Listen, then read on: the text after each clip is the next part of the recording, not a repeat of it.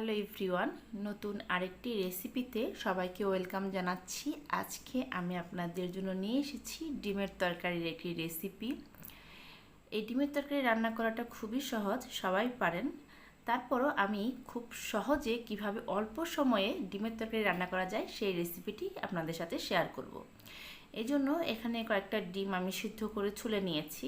আমি 7-8টার মতো ডিম সিদ্ধ করে নিয়েছি। সাথে দুটো আলু এরকম ছোট ছোট পিস করে কেটে নিয়েছি। আমি ডিমের সাথে আলু দেব। অল্প সময়ে যেহেতু রান্নাটা করব, তাই ডিম আর আলু আমি একত্রেই ভেজে নেব। তাই একত্রেই একটু লবণ আর সামান্য পরিমাণে হলুদ গুঁড়ো দিয়ে এই ডিম আর আলুটাকে আমি খুব ভালো করে মেখে নিচ্ছি। অনেক সময় দেখবেন রান্না করতে ইচ্ছে করে না, তখন শর্টকাট উপায়ে আপনারা এইভাবে একটা ডিমের তরকারি রান্না করতে পারেন, যেটা খুব অল্প সময়ের মধ্যে হয়, আবার খেতেও কিন্তু ভীষণ ভালো লাগে। কড়াইতে দিয়ে দিলাম তেল। ডিমের তরকারি রান্না করার জন্য খুব বেশি তেল আমি দেবো না, এখানে হাফ কাপের মতো তেল দিয়েছি। তেলটাকে প্রথমে খুব ভালো করে গরম করে নিয়েছি। এখন লবণ আর হলুদ দিয়ে যে ডিম আর আলু মেখে রেখেছিলাম, সেগুলো আমি একত্রে দিয়ে একসাথে ভেজে নেব। অনেক সময় বেশি থাকলে পরে বা রান্না করতে ইচ্ছে করলে ডিমটা আলাদা ভেজে পরে আলুটা পরে ভাজি, কিন্তু যেহেতু তাড়াতাড়ি করছি তাই ডিম আর আলুটা আমি একত্রেই ভেজে নিচ্ছি। এতে করে কিন্তু রান্নাটা খুব তাড়াতাড়ি হয়ে যায়, অল্প সময়ের মধ্যে এই ডিমের তরকারিটা হয়ে যায়। যারা ব্যাচেলর আছেন বা অনেকে আছেন যে খুব অল্প সময়ে রান্না করতে চান, আপনারা এইভাবে রান্নাটা করে নেবেন, দেখবেন খুব তাড়াতাড়ি রান্নাটা হয়ে যাবে। আমি ডিম আর আলুটাকে খুব ভালো করে ভেজে নিচ্ছি।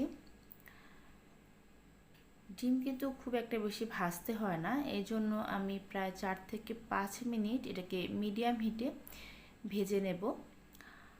এতে করে আমার ডিমটাও একত্রে ভাজা হয়ে যাবে, আলুটাও ভাজা হয়ে যাবে। আমার এই রেসিপিগুলো যদি আপনাদের ভালো লেগে থাকে, তাহলে আমার চ্যানেলটা সাবস্ক্রাইব করে পাশে থাকা বেল আইকনটা বাজিয়ে দেবেন। আমি যখনই এরকম কোনো রেসিপি আপলোড করব আমার চ্যানেলে, আপনি সবার আগে নোটিফিকেশন পেয়ে যাবেন। দেখুন আমি কিন্তু কন্টিনিউ খুব ভালো করে নেড়ে তারপর ডিম আর আলুটাকে একটু ভেজে নিচ্ছি। অনেক সময়ই দেখা যায় বাসায় গেস্ট চলে আসে, খুব তাড়াতাড়ি রান্না করার প্রয়োজন পড়ে, তখন আপনারা এভাবে শর্টকাট উপায়ে রান্নাটা করে নিতে পারবেন। আবার অনেকে আছেন যে রান্না করতে পছন্দ করেন না, তারা কিন্তু দুই সময় নিজের হাতে এইভাবে অল্প সময়ে রান্নাটা করে নেবেন, এটা কিন্তু খুব তাড়াতাড়ি হয়ে যায়। আমার ডিমগুলো ভাজা হয়ে গেছে। আমি ডিম আর আলুগুলো একদম উঠিয়ে নিচ্ছি। এখন এই একই তেলে আমি রান্নাটা কমপ্লিট করব। আমার আরেকটু তেল লাগবে, তাই এখানে আমি সামান্য পরিমাণ আরেকটু সাদা তেল দিয়ে দিলাম। আমি এখানে আরেকটু তেল দিয়ে দিচ্ছি। আপনারা তেলটা আপনাদের পরিমাণ মতো দিয়ে নেবেন। এখন তেলে আমি দিয়ে দেব 1 চা চামচের মতো জিরা। আমি জিরাটা ফোড়ন দিয়েছি, জিরাটা হালকা একটু ভেজে তারপর এখানে আমি দিয়ে দেব পেঁয়াজ কুচি। আমি এখানে 1 মুঠ পেঁয়াজ কুচি দিয়ে দিলাম। এই ডিমের তরকারিটার মধ্যে কিন্তু একটু পেঁয়াজ কুচি দিলে পরে তরকারিটা একটু ঘন হবে আর খেতে ভালো লাগবে। আপনারা চাইলে পেঁয়াজ কুচির পরিবর্তে পেঁয়াজ বাটাও দিতে পারেন। আমি এখানে কুচি দিয়েছি। এখন আমি দিয়ে দিলাম স্বাদ মতো লবণ। লবণ দিয়ে পেঁয়াজটা ভাজলে পরে কিন্তু তাড়াতাড়ি সোনালি কালার হয়ে আসবে, খুব অল্প সময়ে পেঁয়াজটা ভাজা হয়ে যাবে, তাই লবণটা পেঁয়াজের সাথেই দিয়ে দেবেন।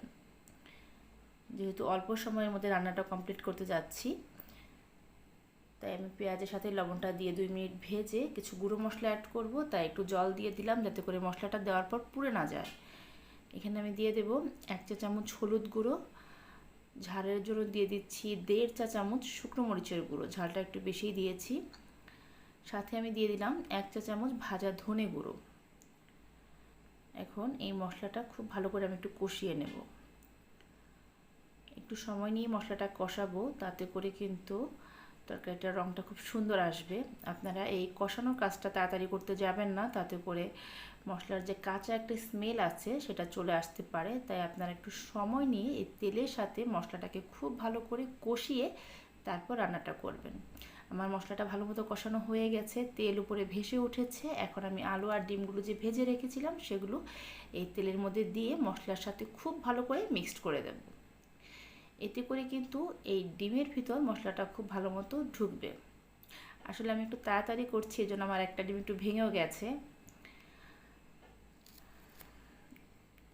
দেখুন, এইভাবে রান্নাটা করে নেবেন। এখন আমি এখানে দিয়ে দিলাম জল। আমি ঝোলের জন্য খুব একটা বেশি জল দেইনি এখানে, কারণ খুব একটা ঝোল কিন্তু রাখবো না, তাতে করে এই ডিমের তরকারিটা খেতে ভালো লাগবে না। এখানে অল্প পরিমাণে আমি ঝোলটা দিয়েছি, দিয়ে খুব ভালো করে মিক্সড করে দিয়েছি। এরকম একটা ডিমের তরকারি হলে কিন্তু গরম ভাতের সাথে খেতে ভালো লাগে, স্পেশালি যারা ডিম পছন্দ করেন তারা কিন্তু ডিমের তরকারি, ডিম ভাজা বা ডিম ভুনা পছন্দ করে থাকেন। ডিম স্পেশালি আমারও খুব পছন্দ। আমি মাঝে মধ্যে এরকম শর্টকাট ওয়েতে খুব তাড়াতাড়ি ডিমের তরকারি রান্না করে নিই এবং খেতে কিন্তু ভালোই হয়, বাসার সবাই পছন্দ করে। এখন আমি এটাকে হাই হিটে রান্নাটা করেছি, 10 মিনিটের মতো ঝোলটাকে ফুটিয়েছি। ঝোলটা অনেকটাই কিন্তু শুকিয়ে এসছে, এর চেয়ে বেশি আমি আর শুকাবো না। আমি এখন এখানে অ্যাড করে দেব ভাজা জিরে গুঁড়ো। আমি এখানে প্রথমে ধনে গুঁড়ো দিয়েছি, এখন নামানোর আগে আমি দিয়ে দিলাম 1 চা চামচের মতো ভাজা জিরে গুঁড়ো। এই জিরে গুঁড়োটা দেওয়ার ফলে কিন্তু তরকারির রঙটা খুব সুন্দর আসবে, আবার খুব সুন্দর একটা স্মেলও আসবে। আপনারা চাইলে জিরে গুঁড়োর পরিবর্তে অবশ্যই জিরে বাটাও ইউজ করতে পারেন, তাতেও কোনো সমস্যা নেই, কিন্তু আমার হাতের কাছে জিরে গুঁড়োটা ছিল, সেই কারণে আমি জিরে গুঁড়োটাই দিয়েছি। জিরে গুঁড়ো দিয়ে আমি 5 মিনিটের মতোই রান্নাটা করব, যাতে করে জিরের ফ্লেভারটা খুব ভালো মতো চলে আসে তরকারির মধ্যে। আমার রান্নাটা হয়ে গেছে, আমি বাটিতে সার্ভ করে নিয়েছি। দেখুন, রান্নাটাকে তাড়াতাড়ি করেছি, তারপরেও কিন্তু কালারটা কতটা সুন্দর হয়েছে, এবং বিশ্বাস করুন ভিউয়ার্স, খেতেও খুব ভালো হয়েছে। আপনারা অবশ্যই বাসায় এইভাবে শর্টকাট ওয়েতে ডিমের তরকারি রান্না করে নেবেন।